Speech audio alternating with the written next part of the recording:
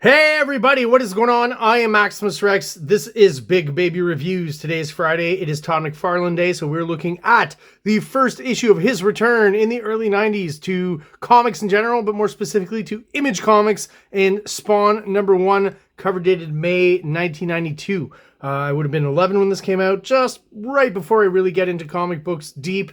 I actually got in really deep with Spawn #2, which I reviewed before, so I'm not going to be reviewing that again. So just so you're not confused, we'll be reviewing Spawn #1 and then jumping straight to Spawn #3. If you're interested in my review of Spawn #2, it is out there. You can check it out on the channel. Not much to say about the cover. It is iconic at this point. Back in the day, I was not a huge fan of Ken Stacy, painting on top of this cover. I know McFarlane was trying to do something a little bit different and special for the first issue. Don't know if I appreciated that quite as much as a kid. I will say that today, though, looking at this cover once again, this collaboration, between Todd McFarlane and Ken Stacy, I think it looks pretty darn good and makes for a visually different kind of look on the racks in 1992 when it came out. And I'm pretty sure this book would have stood out from all the other stuff, from Marvel and DC on the newsstands back then. If this even appeared on the newsstands, not quite sure how Image's distribution worked. Pretty sure it was all direct to comic book shops. Don't quote me on that. I could be wrong. If anyone knows out there, let me know in the comments. But yeah, cool, first shot of our hero Spawn, or anti-hero, I guess. Iconic, establishing the cape and how it basically envelops everything and allows Todd McFarlane to avoid drawn backgrounds, which I think is kind of, part of the plan when it starts to grow and get bigger and bigger. Definitely helps. Anyways, great cover and off to a good start. Let's have a look inside, see what we got. So, Image Comics presents questions, story, pencils and inks, Todd McFarlane, letters, Tom Orzechowski, colors, Steve Oliff, and the issue is dedicated to Jack Kirby. I don't think this is my original Spawn #1 copy, so I'm not quite sure what exactly happened here inside the Spawn kind of logo. I don't know if that's in all issues or, just a few, because, it's not someone coming in with a marker or anything. It's actually on the printed page, so just kind of very odd, I guess. Maybe a printing error at the printers or something. I'm not quite sure. But yeah, so loses no time to establish the character. Kind of gives us the concept of the series, right off the bat. Gives us the gist of it, so I'll read it real quick. I don't belong, not here, not now. I have to get back there. The bet was rigged. He made me believe. Now there's darkness in my soul. I want to die again. But I chose to come back. Why? So at first he doesn't know. He has no memories. We'll learn later on exactly. But again, that gives you the gist of it. He's come back from death, and he's not quite sure why right away. We go back in time. It's not so obvious if you weren't paying attention as a kid reading this that we were going back in time. You actually had to notice the 1987 in a weird way. I guess I wasn't yet that comics literate, so I remember missing it at first, being a little bit confused as to the timeline. These characters, these newscasters, the hairstyle, at least on this lady, will change a little bit from year to year, right? But basically it's a flashback going back in time and telling us about the death of Al Simmons, right? A national kind of hero in the United States. That's what's being described in the newscasts here. And then we kind of get Spawn's view of that. So some of his memories. He's not quite sure what he was doing, but he knew he was working for America and he was somewhat considered to be a hero. And then they turned on me. He turned on me. I remember dying. And they show a skull here. And, when he could, later on it was said that even from the beginning they'd established, you'll find out that basically the guy who killed Al Simmons is Chapel, right? Youngblood member Chapel, created by Rob Liefeld. And Todd McFarlane has said that, this kind of skull motif that he established early on when we would see flashbacks of Al Simmons' death was to hearken to the fact that his killer was Chapel. It could be, but I've always thought that was kind of just a little too easy and convenient. I think originally they had no idea, right? They were just going in there and seeing if, a few issues of these comics would become successful. And they did. And they kept, doing them and then having to create storylines and stuff. And that came into play. But I don't believe, honestly, that Todd McFarlane had planned since issue 1 that Chapel, one of the characters from Youngblood, would be Al Simmons' killer. To me, the skull just represents the most obvious symbol. It represents death, right? Because he's dying. It's not that deep. Some cool kind of surreal visuals here that we didn't get that much of later on in the series from Todd McFarlane. More of this stuff would have been pretty darn cool, and stuff like he's doing here with some of the layouts. Like, I feel like he was probably at the height of his creativity at this point with Spawn, right? With having finished Spider-Man, taking a break, and then coming back, maybe reinvigorated and stuff. So he's trying some cool design elements and really pushing the visual medium, and then he'll kind of settle back into his kind of regular Todd McFarlane-y stuff as this series progresses. But this first issue, I think visually and the layout and stuff and the subject matter and these kind of designy surrealist elements that he's got on this page and here with the layout, I wish he'd do more of that stuff. Even here, you know, this hourglass here being kind of broken open here, right? And that's the concept, is that he's got lots and lots of power, but it's not infinite, and the more he uses, it counts down, which you get the number here, and eventually was kind of let go of over the course of the series, which kind of sucks because, you know, at least for the first few issues, we thought this would be kind of an important aspect of Spawn, right? Our first real kind of good shot of Spawn's face here. Nice big splash page. Don't know if that's necessary, but, you know, it's Todd McFarlane. He wants to do some big visuals. He's kind of pulling a Jack Kirby where he's doing the splash and then the double splash. Once again, having turned the book, this was kind of an early 90s. I don't know if I'd call it a trope, but it's something that, you know, he did in Spider-Man, and Rob Liefeld did a lot too. So it does make for a great visual, great, you know, poster within the actual comic, right? You could pull this out and put that on your wall, and it would look great. And it's our first kind of real cool establishing shot of Spawn, right? Where you can see his whole costume, his look, and the cape and stuff. And it's like, you know, he's really putting out all the stops on this character. McFarlane's really the artist who took the cape and brought it to a whole new level. And not just with Spawn, right? He was doing it, you know, with Batman when he did Year 2, with Superman when he did Invasion. He would just vastly exaggerate it. So he introduces some B story with our two kind of cop characters, Sam and Twitch, right? Right from the big get-go. So I will say he did that. That was a good idea to do that, right? To have some kind of everyman character or everyman characters that you could follow, right? And, you know, it makes sense in a world where Spawn exists and crime and the mafia and stuff, that, you know, it's almost like a sidebar police procedural kind of show that you're watching, you know, a series that kind of follows the main character. We get one of these cool McFarlane city shots here, very effective. You know, I have to believe he does this pretty quickly, but, you know, it's a great way to establish a city real quick without having to draw too much and do too much perspective.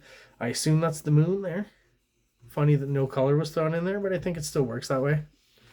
Very designy, simple, effective. And all these shots of Spawn are just very cool. And here, though, something I don't see McFarlane, I don't think he's done that often, and maybe only does on this page here. I don't think I've ever seen him really do it again, but I feel like this is a manga thing where, you know, the buildings are kind of blurred out by, you know, a vertical movement, and in this case I have to assume the vertical movement is Spawn kind of floating down here, and that, I think that works really well. This page here, like I said, that manga vibe really works, and I don't think, you know, McFarlane did a lot of that. So I mean, we have a huge cliche here, the girl being attacked by a bunch of guys in the alleyway. Not that that's not a bad thing, but I always wonder, you know, how often does that thing actually happen in real life, right? Not that it's a good thing that should happen, but yeah, it's a pretty played out trope in comics, but I guess back in 1992 it wasn't so much, and it's a quick way to introduce, you know, some sort of morality to Spawn, who we'll find out is a character from hell, right? So, you know, he's partly bad, but not all bad, I guess. And of course, you know, it's the early 90s, so he's dark. He's got spikes. He's got chains. You know, he's an anti-hero. As for the inspiration for Spawn, you know, for years, a lot of people just thought, you know, he combined black costume Spider-Man and Ghost Rider. You know, the chains and the spikes from Ghost Rider and kind of the basic look of black costume Spider-Man for the mask and the rest of the costume. But, you know, since then, McFarlane has shown some early designs of Spawn from the early 80s where he looked a little bit different. It's almost like the color scheme was flipped. He had bigger eyes and stuff. Maybe he looked a bit more like an alien. But, you know, I could definitely see how he took that original design and tweaked it a little bit for the 90s. And yeah, I mean, the way he tweaked it was by adding chains, skulls, and spikes. So, you know, definitely probably got a little bit of that from Ghost Rider. He had just had him guest star in Spider-Man maybe a year and a half before. So probably prominent in his mind when he was redesigning Spawn for the 90s, the extreme 90s. Nice kind of shot of this character being thrown out of a window. I've mentioned it before. I like shots. I've had to draw them a couple of times, so now I've learned to appreciate them and pay more attention to shots of characters either busting in through a window or out through a window. So there are pieces here overlapping the character, which is good. I maybe would have done a little bit more, but at least he creates that layering with some kind of pieces of the glass here. And as opposed to last week, I did an issue of a review of this Savage Dragon by Jim Lee, issue 13, where we have this, right? And the colorist chose to make the glass see-through, and it completely destroys that illusion of depth and layering that we get here because the colorist has smartly just left it fairly pale and contrasting with the darker colors of the figure and the sky behind it. We get a good contrast so we can clearly see those shards, and it helps create that sense of layering and depth. Real quick, we've got another kind of cool Spawn shot, Spawn pinup here. A little moodier, more of a silhouette, right? Just his dark power and the cape. Pretty simple design. That one's painted by Ken Stacy as well. So I guess these guys were buddies in the early run of Spawn. Hope we didn't lose. No, zoom looks good. Another thing that I really noticed looking at this page, I really... Image will eventually go to a slick kind of glossy paper that I didn't like it. You know, I kind of got used to it because that's what they were printing on, but I didn't like it at first. And even looking back, I do prefer, I feel like they're using that. Again, I've talked about this, you know, early 90s production values for comics at Marvel and DC. They started using kind of the thicker newsprint, which Image is what Image is using here early on. And it, again, the black does get absorbed a bit to where it's not fully black. But I like that. I don't like when the black is fully black, like on glossy paper. It's a little too bold for me, I guess. There's some slight softening here that I think helps the artwork. And these early issues of Spawn, before it goes to the glossy, if I'm not mistaken, the first glossy issue is issue 9 with Angela. And I remember just a marked difference in the art and didn't quite like it. I like it when it's a little more, there's kind of a veil or a filter on top of this that smooths, let me say that again, smooths things out. And just makes it more enjoyable for me. Even the tactile nature of this thick newsprint I prefer to the glossy paper. I'll keep harping on that for years. So this is kind of an earlier drawing of Spawn. You can see, you know, he doesn't quite have the spikes yet. He's got studs here. Almost kind of a Sam Keith kind of weird vibe here in a way. So that'll change. The studs will become spikes. And, you know, the shape around the eye, he hasn't quite exactly... you know, brought this line in here and changed it a bit. So really it's very similar here to just the black Spider-Man costume with the extra eye bit inside, right? Maybe, you know, later on he changed the design a little bit to what you see here to avoid those sorts of comparisons. It's always been kind of my hypothesis on that.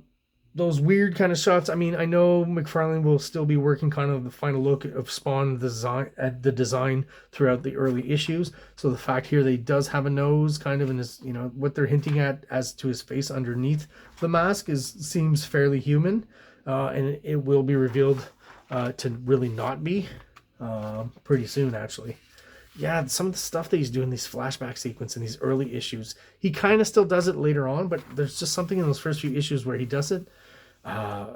It's, I don't know what to say. It's just better, I guess. And just, yeah, I just prefer the aesthetic of it, I guess. Very cool.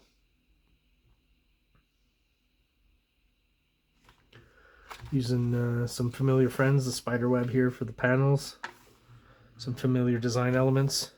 I just thought it was funny how, you know, Spawn kind of has a freak out, right? He saved this girl and all of a sudden now she's comforting him. I always thought that was a little weird, you know. She suddenly calms down to help out this weird, creepy creature in a weird costume that helped her out. I think you should be running away by now, lady. So yeah, now we're in 1992 when this book gets published. So, you know, you can see these, except this guy hasn't changed any, but this guy's style has changed and this lady's haircut has changed to signify the passage of time visually. If I'm not paying, you know, back in the day attention to the fact that it says 1992 right there for some reason. I don't know why I didn't pick it up. So now we got Spawn kind of, you know, getting his druthers back together, I guess, and walking into this alleyway, pulling the mask off and realizing that there's a huge issue. So takes his costume off, sees his hands, takes his glove off, I guess, sees his hand, says, Jesus, what am I? and starts crying. What am I? And that's where, you know, the emo comic that has spawned debuts. And just a quick reminder, and we're going to have to assume that Sam and Twitch, you know, as we read this first issue, are not just kind of in this first issue, but will be reoccurring characters throughout the series. And then we get kind of a hint as to who Al Simmons made this deal with, right? This gentleman here, who more than likely eventually you'll figure out, if it hasn't been said before, but is basically the devil. So 1992, Dale Keown's already got this illustration here of Pitt ready. I remember this is the first time I saw Pitt, and was super excited and couldn't wait for his series to be coming out, because I recognized him as the artist of the Incredible Hulk, and those first some of those issues I had from the Incredible Hulk run at that point. And again, I was excited to see another artist that I really like from Marvel moving on to Image and doing his own creator-owned character. This is a rare treat because we won't get a lot of them. So George Perez drawing Spawn. I think he does a pretty cool job here. Looks like when he drew it, he just had the kind of first few designs that Todd McFarlane had drawn. So he's got the studs, set of the spikes here, and again the kind of eye design here does resemble more Spider-Man than it would end up with that cutaway kind of thing that he does. I guess maybe he'd seen the first few pages from the first issue, so he used this same kind of design for the city in the background, or maybe Todd McFarlane was getting that from somewhere, and that somewhere is probably George Perez.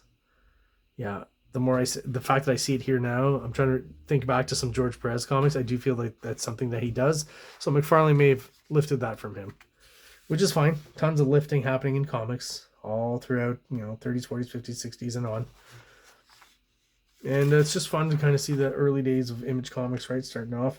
It reminds me of all the excitement, you know, seeing publicities of you know, Jim Lee and Wildcats, and hoping, you know, couldn't wait to, you know, read these books. And then when we read them, we were a little bit disappointed, to be honest. But, you know, I think the anticipation was a bit stronger than the actual product, though a lot of the art was good.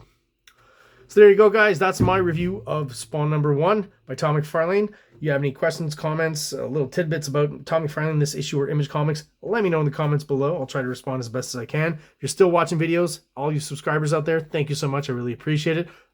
Really appreciate your support. Those of you who are watching who are not subscribed, please like or subscribe below. It really only takes a second, and it really helps the channel out, helps get us out there to other like-minded people who are into the same things that we are, namely comic books. So everyone out there, hope you enjoyed the video, and have an awesome day. Like! Subscribe! Like! Subscribe!